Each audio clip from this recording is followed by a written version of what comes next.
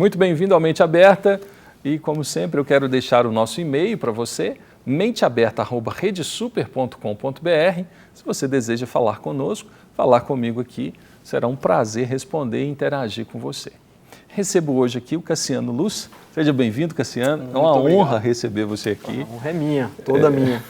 É uma honra mesmo, eu digo, pelo seu trabalho ser desbravador e, em algum momento, assim, inovador para algumas áreas.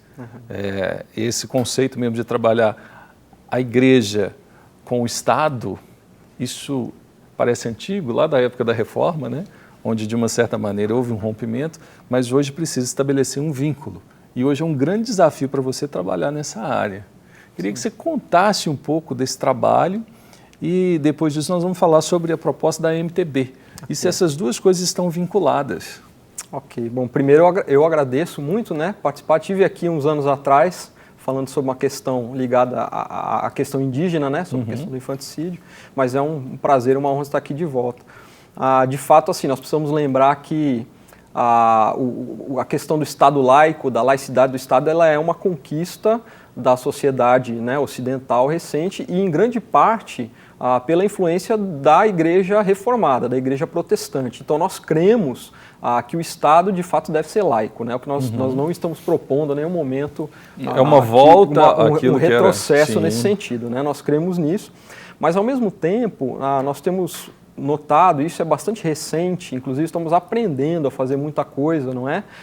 Iniciativas no passado foram mais pontuais nesse sentido, então de uma forma assim mais sistemática, como agências missionárias e mais particularmente as agências que trabalham entre os povos indígenas do Brasil, nós temos percebido que essa distância do Estado, dos órgãos do governo, etc., trouxeram muitos malefícios para nós, muitas dificuldades para nós. Criaram barreiras dos dois lados. Exatamente. Então nós perdemos muitos espaços que nós poderíamos ter se tivéssemos uma articulação mais próxima junto aos órgãos do governo, se mostrássemos quem nós somos, quais são as nossas reais intenções, porque outros fazem isso, outros setores da sociedade têm essa representação permanente, chamados lobbies, junto aos órgãos do governo, e nós não estamos lá. Nós nos fechamos muito nessa perspectiva de que o Senhor é que mantém o nosso trabalho, nós permanecemos com o foco no trabalho de campo, em oração, e Deus é quem nos sustenta e Deus quem viabiliza e abre as portas. E de fato isso é verdadeiro,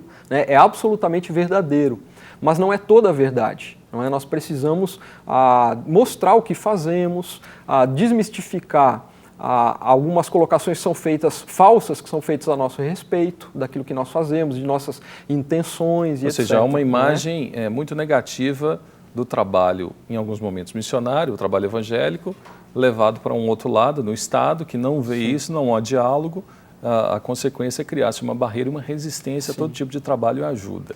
Sim, em parte há razões para isso, Nós historicamente demos razão para isso, cometendo alguns equívocos no passado, o cristianismo de uma forma geral, Então nós sabemos que a Igreja Católica, quando chega na época das conquistas, vem com aquela fé impositiva, catequista, etc.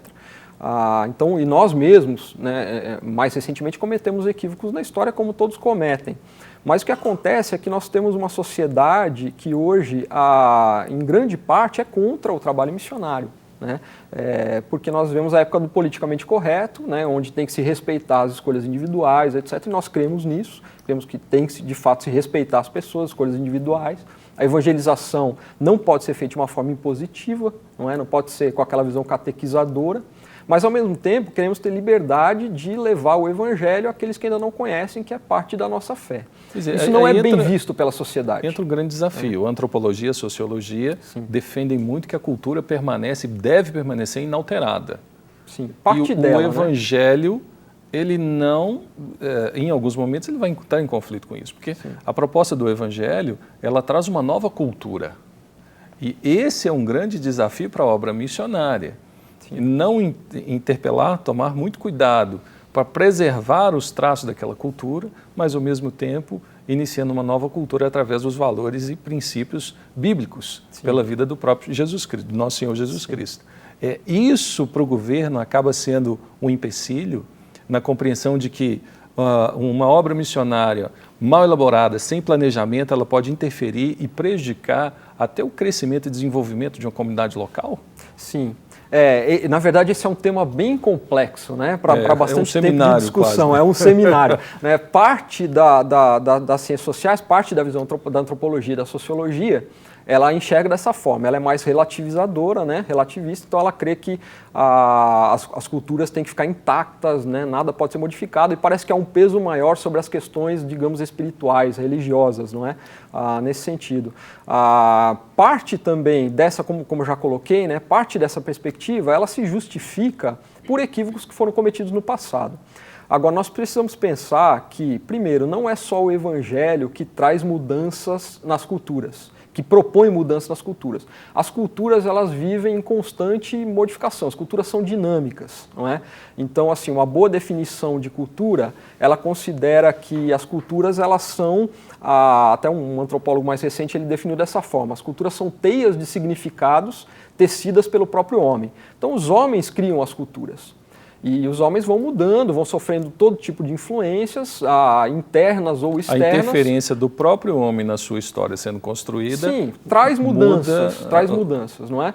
Mas parece que há uma preocupação maior, e de fato também há questões espirituais envolvendo esse fato, essa preocupação maior, no que diz respeito às crenças e às questões espirituais, não é? Então, a antropologia que mais nos influencia no Brasil, que é de origem europeia, uma escola mais francesa, europeia, ela é altamente relativista e ela influencia muito o governo brasileiro, né, a partir da academia. Uhum. Então, o governo brasileiro hoje, o atual governo, e já há muito tempo, influenciado fortemente pela academia brasileira, tem essa visão, né, de que é preciso manter-se a cultura intacta da forma como ela é.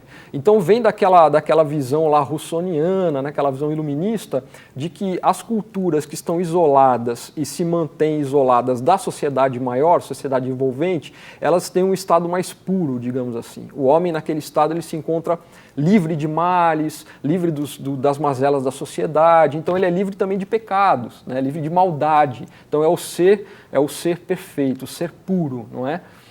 Nós sabemos que isso não é verdade, mas é impressionante, Charles, que até dentro das igrejas, especialmente na região sul e sudeste, que estão mais distantes das regiões indígenas, esses índios que estão mais isolados, né, ou com menos contato, tem essa perspectiva. Então eu vejo em muitas das nossas igrejas pessoas que de fato acreditam nessa visão. Não devemos levar o evangelho lá porque vai estragar a cultura das pessoas, né? E nós não podemos pensar assim de maneira nenhuma. Porque sabemos que, primeiro, o evangelho é supracultural, o evangelho é para todas as culturas, não é? E segundo lugar, que é parte integrante do evangelho e do cristianismo a sua proclamação. Nós não podemos ser discípulos de Jesus, ser igreja de Jesus e abrir mão da proclamação do evangelho. Não podemos fazer isso. Uma igreja que não se multiplica, que não cumpre a grande comissão, ela não é igreja. Não é? Então precisamos chegar àqueles que ainda não ouviram o evangelho. Agora, a forma de fazer isso, a comunicação, aí você tem toda a razão.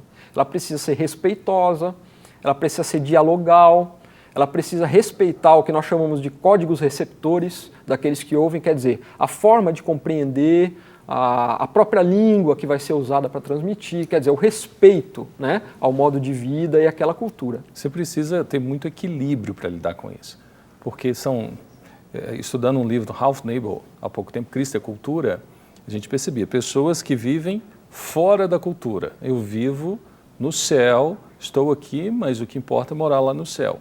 Outros que influenciam e praticamente negam toda a cultura e querem mudá-la na força. Outros que convivem paralelamente, eu tenho um ponto aqui e outro aqui.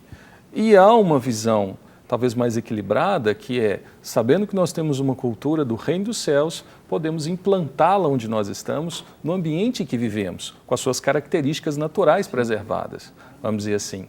Agora, a falta de uma clareza no equilíbrio, porque pessoas desenvolvem as suas visões e acreditam nelas. Sim. Nesse contato com o governo, você fazer esse diálogo e levar isso de uma forma equilibrada, é um grande desafio, Cassiano. É um grande desafio de fato, até porque, para aumentar um pouco o desafio, eu não sou a pessoa não sou um grande especialista em ciência política, não sou a pessoa mais articulada. Mas aí fazer isso. Você já criou o estereótipo assim, daquele que Deus quer, né? Tenho sido um servo do Senhor porque nós notamos que precisava ser feito. Né? Precisava ser feito, alguém tinha que fazer.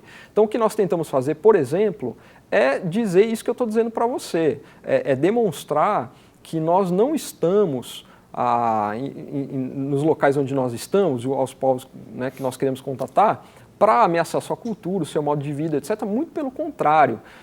Não sei se as pessoas não sabem disso, mas as missões ligadas às missões evangélicas, digamos assim, elas têm mais programas sociais ativos entre povos indígenas do Brasil do que qualquer outra instituição. São 257 programas sociais que nós mapeamos, né, na área de saúde, educação e subsistência, entre povos indígenas do Brasil, que são mantidos pela igreja evangélica, pelas missões evangélicas. Ou seja, há uma contribuição essa visão integral que você disse, né? Quer dizer, nós sinalizamos o reino de Deus e os valores do reino de Deus onde nós atuamos. Não é simplesmente mudar uma imposição religiosa, não é? Mas é que o evangelho traga mudanças e melhoria na vida das pessoas. Há uma forma comunicacional muito inteligente, bem elaborada, planejada, para que aquela pessoa tenha acesso a algo que nós acreditamos que pode trazer uma esperança de vida superior àquilo que ela tem. A vida eterna que já começa agora, né? Que não é só para o céu, né? Quer dizer, o evangelho muda a nossa vida a partir de agora. Consequentemente, algumas práticas e valores religiosos se tornarão evidentes, contraditórios, a partir do momento que ela tem esse encontro com Cristo verdadeiro e isso alimenta a sua fé. Sim. O trabalho Sim, porque o Evangelho faz isso conosco, né? Ele nos confronta a todos nós, não só essas culturas. Então, no momento que nós percebemos que alguma prática nossa, que algum conceito, ele conflita com aquilo que o Evangelho nos ensina, então há esse confronto. E aí é preciso fazer uma opção, não é? Agora, essas mudanças acontecem o tempo todo com vários tipos de influências, não só com a influência do cristianismo e do Evangelho. Né? Agora, a influência do Evangelho é positiva.